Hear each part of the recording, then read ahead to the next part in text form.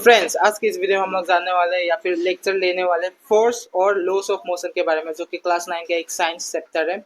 हम लोग इस वीडियो में बहुत ही ज़्यादा शॉर्ट में इसका समरी करेंगे या फिर क्विक रिवीजन, या फिर आप इसको शॉर्ट नोट्स भी बोल सकते हैं, जो कि एग्जाम में बहुत ही मदद आएगा। क्योंकि इस चैप्टर ये चैप्टर ज़्यादातर लंबा हो या फिर कैलकुलेशन बेस है, तो इसका फॉर्मूला या फिर मेन पॉइंट को आप जानने से आपका एग्जाम का तैयारी अच्छे से हो जाएगा। तो चलिए शुरू करते हैं बिना किसी देरी के। तो सबसे पहले जानते हैं व्हाट इज फोर्स। फोर्स के एक वन बाय वन डेफिनेशन पढ़ लेते हैं। सबसे पहले, फोर्स इज ए पुल और push on an object. It can change the state of motion, shape और direction. Force is a vector quantity. That means it has both magnitude and direction. And SI unit of force is Newton. Example जैसे ले सकते हैं pushing of a box या फिर pulling of a cart. उसके बाद जानते हैं दूसरा है बैलेंस एंड अनबैलेंस फोर्स के बारे में। सबसे पहले जानते हैं बैलेंस फोर्स क्या होता है। इसका सिंपल सा डेफिनेशन है या फिर मीनिंग है, two force acting in opposite direction with same magnitude या फिर same amount of force. No change in motion, मतलब कोई भी चेंज नहीं होगा। अगर दोनों साइड ऑपोजिट फोर्स से हम लोग या फिर ऑपोजिट इक्वल फोर्स से अगर हम लोग प्रेशर या फिर धक्का देते हैं तो वो चीज मूव कैसे करेगा।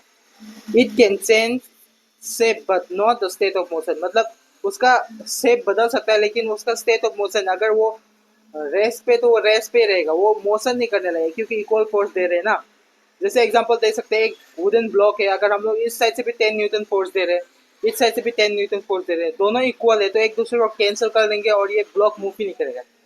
और वन मोर एग्जांपल, अगर इस साइड से सिर्फ 7 न्यूटन का फोर्स दे रहे हैं और दोनों इस साइड से दो फोर्स है, जैसे कि एक 5 न्यूटन का और 2 न्यूटन का, तब भी ये मूव नहीं करेगा क्योंकि 5 प्लस 2 7 न्यूटन है और यहाँ पे भी 7 न्यूटन है।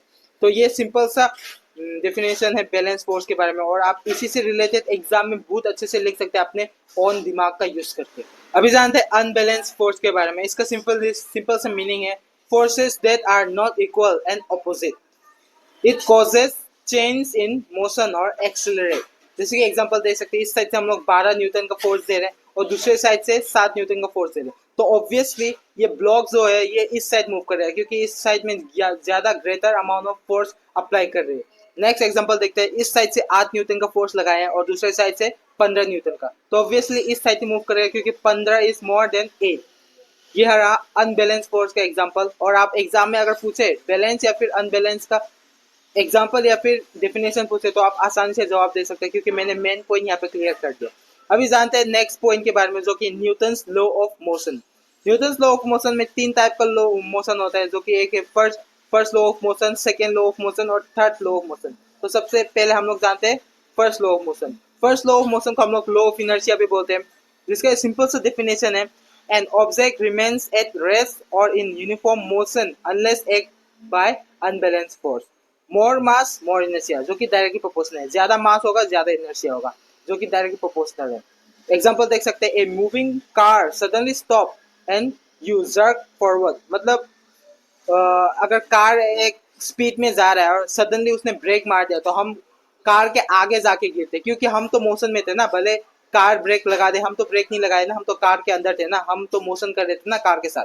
भले कार ने ब्रेक लगा दिया तब भी हम अपने आप को ब्रेक नहीं लगा पाए, इसलिए हम लोग आगे जाके गिरते। इसी को बोलते हैं Newton's first law of motion. तो एग्जांपल पूछे तो आप आसानी से एग्जांपल दे सकते हैं एग्जाम में। अभी जानते हैं Newton's second law of motion. Newton's second law of motion, जिसका सिंपल सा फॉर्मूला है, force equals to mass into acceleration. इसका सिंपल सा डेफिनेशन है अगर एग्जाम में पूछे तो, the rate of change of momentum is directly proportional to the applied force. जितना फोर्स देंगे उतना मोशन ज्यादा होगा, और इसका फॉर्मूला क्या है, force equals to mass into acceleration. Unit of force हमें पहले भी देख चुका है, जो कि न्यूटन है। एक एग्जांपल देख सकते हैं, lighter object accelerate faster than heavy object when the same force apply. हम एग्जांपल दे सकते हैं, अगर हम लोग एक कार और ट्रक है, कार को भी 100 न्यूटन से हम लोग फोर्स दे रहे हैं और ट्रक को भी 100 न्यूटन से फोर्स दे रहे हैं, तो ऑब्वियसली कार ज्यादा दूर तक जाएगा क्योंकि वो ऑब्जेक्ट भी स्मॉल है, मास भी कम है और फोर्स हम लोग एक ही अमाउंट दे रहे हैं, तो वो ज्यादा दूर जाएगा इन कंपेरिजन टू ट्रक, जैसे यहाँ पे लिखा है। अभी जानते हैं Newton's third law of motion, जिसका सिंपल सा फंडा है, एक्शन इक्वल्स टू रिएक्शन, मतलब जितना एक्शन होगा उसका ऑपोजिट ही रिएक्शन होगा। इसका सिंपल सा डेफिनेशन देख लेते हैं, for every action there is equal and opposite reaction. Force act in pair, मतलब फोर्स हमेशा पेयर में एक करेगा, एक साइड से फोर्स नहीं होगा, वही बता रहा है। Equal magnitude opposite in direction and act on different object.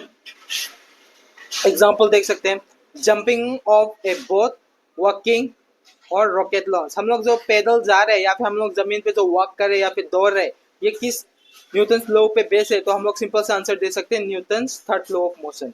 ये रहा कुछ न्यूटन लॉ ऑफ मोशन। अभी जानते हैं नेक्स्ट टॉपिक के बारे में।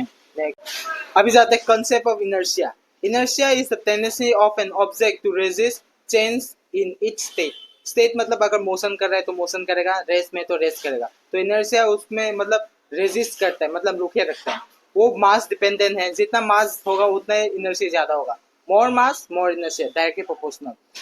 एग्जांपल देख सकते हैं, feeling jerk when a moving bus stop suddenly. हम लोग ये कहाँ पे देख चुके हैं? सेकेंड लॉ ऑफ मोशन में हम लोग देख चुके हैं, Newton second law of motion, जो कि कंसेप्ट ऑफ इनर्शिया है। तो एग्जाम में आप जरूर अच्छे से लिख दीजिएगा।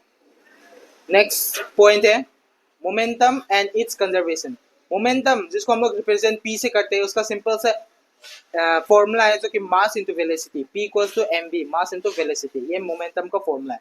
Law of conservation of momentum, जिसका डेफिनेशन है total momentum before and after collision is equal if no external forces act. इसका एग्जांपल है two colliding balls firing a bullet from a gun.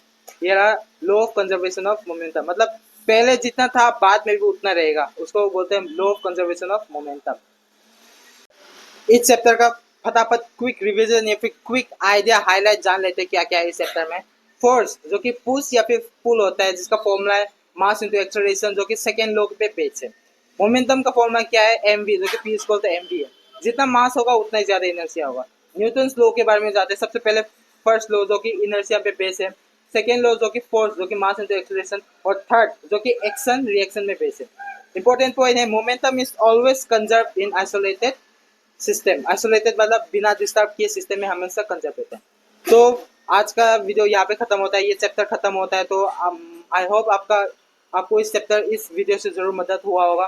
तो ऐसे इंफॉर्मेटिव या फिर शॉर्ट समरी चैप्टर के related जरूर बने रहिए चैनल में, और कमेंट जरूर कीजिएगा वीडियो कैसा लगा। अगर वीडियो में कुछ इम्प्रूवमेंट करना होगा तो जरूर बताइए, और नेक्स्ट चैप्टर कौन सा आपके लिए लाओ ये जरूर बताएगा। और 1 के सब्सक्राइबर जल्दी से जल्दी प्लीज कर दीजिए, जिससे मैं भी मोटिवेट रहूँ। तो शुक्रिया, मिलते हैं अगले वीडियो में।